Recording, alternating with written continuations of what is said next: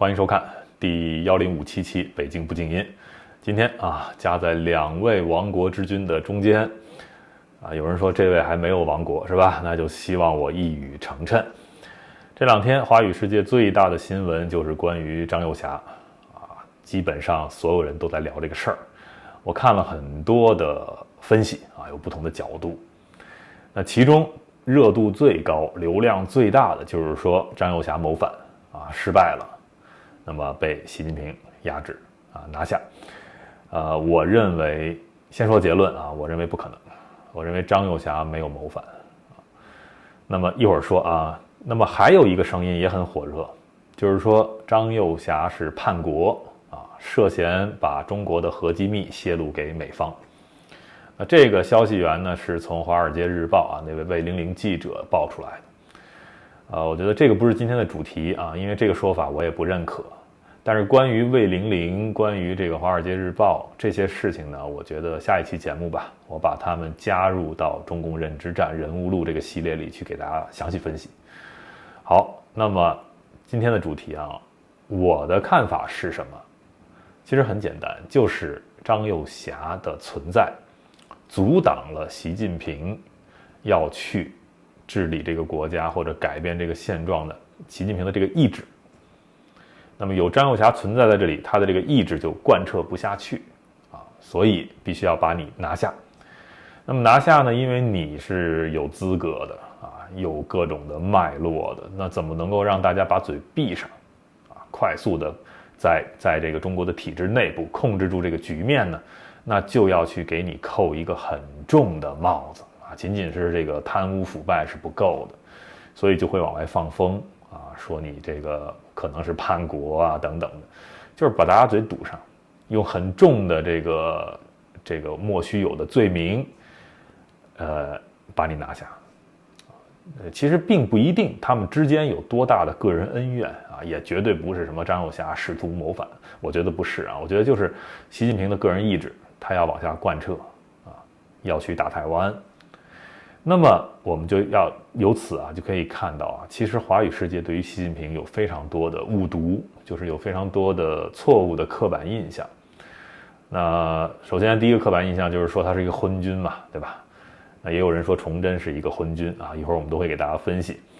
那么中国人对于什么是昏君那最底层的评判标准就是说你有没有把这国家治理好嘛，对吧？人们有没有过上好日子，对吧？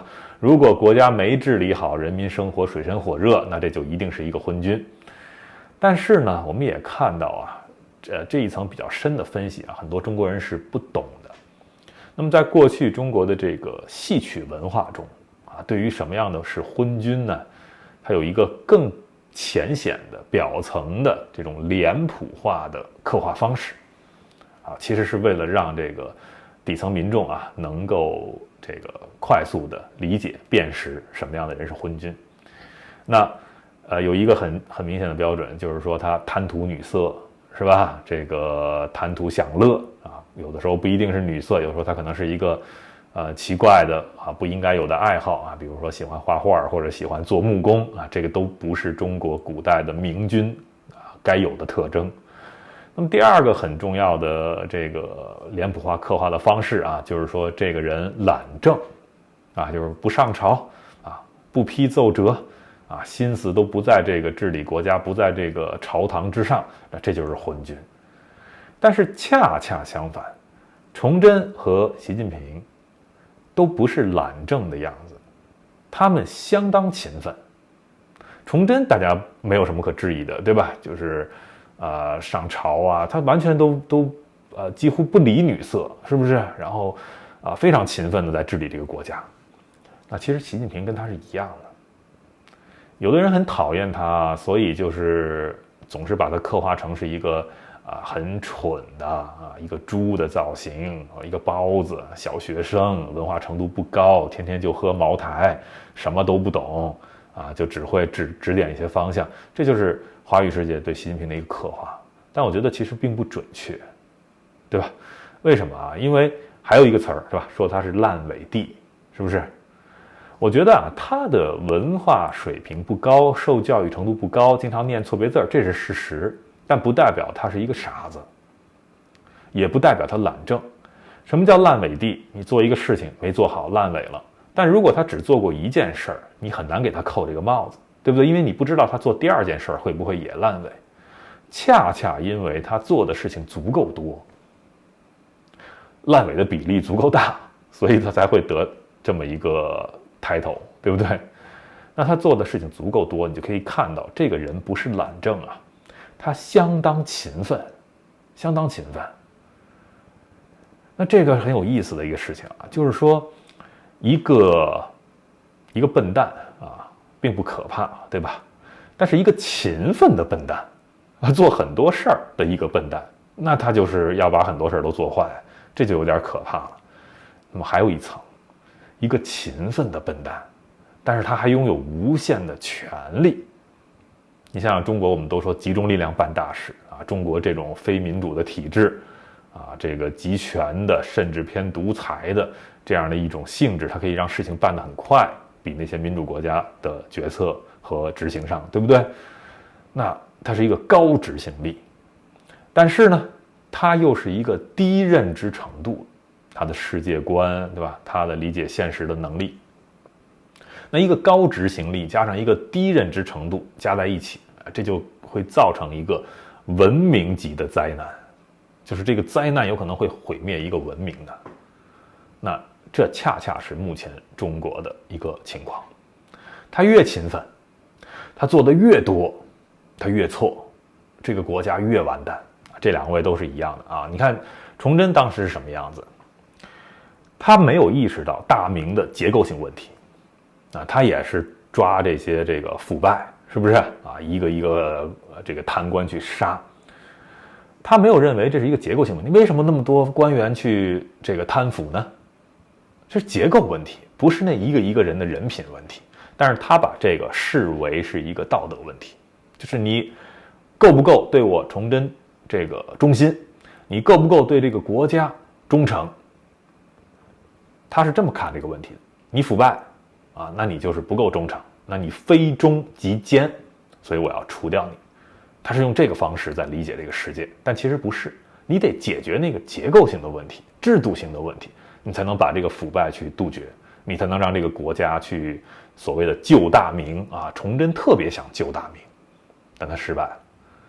那我们再看习近平，其实习近平也特别想救中国，或者至少救中共，对吧？那当然在他眼里是一样的，中共就等于中国，就是救这个中华人民共和国。怎么救？那他认为啊，也是他不相信制度啊，他觉得我要勤奋，我要把我的这个个人意志贯彻下去啊。你们只要能够忠于我，对吧？我定于一尊了啊，我权力集中了，你们忠于我，我指哪儿你们就打哪儿啊，你们就撸起袖子加油干，跟着我去努力的干，这个国家一定能够这个富强啊，中华民族一定能够伟大复兴，这就是他的一个朴素的想法。所以他的心是好的啊，有人可能听到这儿不爱听了，是吧？但是他的心是好的，认知程度低。那么这里边我再举的更具体的例子啊，比如说中国经济出现问题的时候，他在干什么？他在抓资本，跟资本去对抗，这就是他理解这个现实问题的偏差呀。那当青年啊失业率非常高的时候，他在干嘛？抓思想啊，是你们的想法有问题啊，你们得脱下长衫，你们得努力的不要躺平啊，不要贪图享乐干这事儿。那当中国社会矛盾重重，出现各种的松动的时候，他又在干嘛？他也跟崇祯一样，他不理解这是一个结构性问题啊，他在抓言论啊，把你们的言论都控制起来啊，不就安全了吗？不就不松动了吗？所以你看他非常勤奋的在做这些事儿，但是他的这个努力的方向是错的。当中国在国际社会上被孤立的时候啊，他在干嘛？在抓敌人啊，他认为都是敌亡我之心不死，所以开始塑造一个一个敌人去对抗。他的脑子里装的就是这个东西，因为他从小长大就是这种斗争哲学啊，所以说到这儿，大家就能理解了，习近平是一个非常勤奋，他绝对不是一个懒政的那种昏君形象。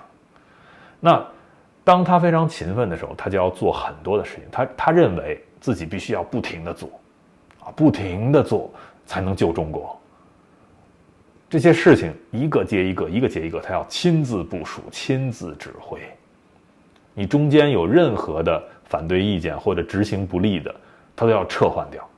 他认为这样他的意志才能贯彻下去，等于其实他把中国变成了一个他个人的就这么一个大脑的模型，整个中国的运转就在他这一个人的大脑里，他怎么想，他希望就能马上实现。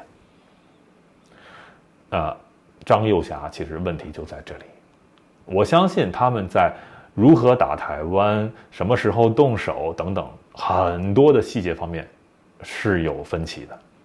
那张又侠肯定是表示忠心嘛，对吧？我是为你好啊，圣上，我是为你习近平好啊，我是为这个国家好啊，所以我觉得这个时候不能打，或者那个部署有问题，我得给你提意见啊，因为我不说谁还能跟你说呢？这是张又侠的好心，但是在习近平看来就不是，因为这种分歧多了之后习近平会觉得，那到底打不打？我这个意志还能不能贯彻下去？你是不是老糊涂了那我干脆把你撤换掉吧。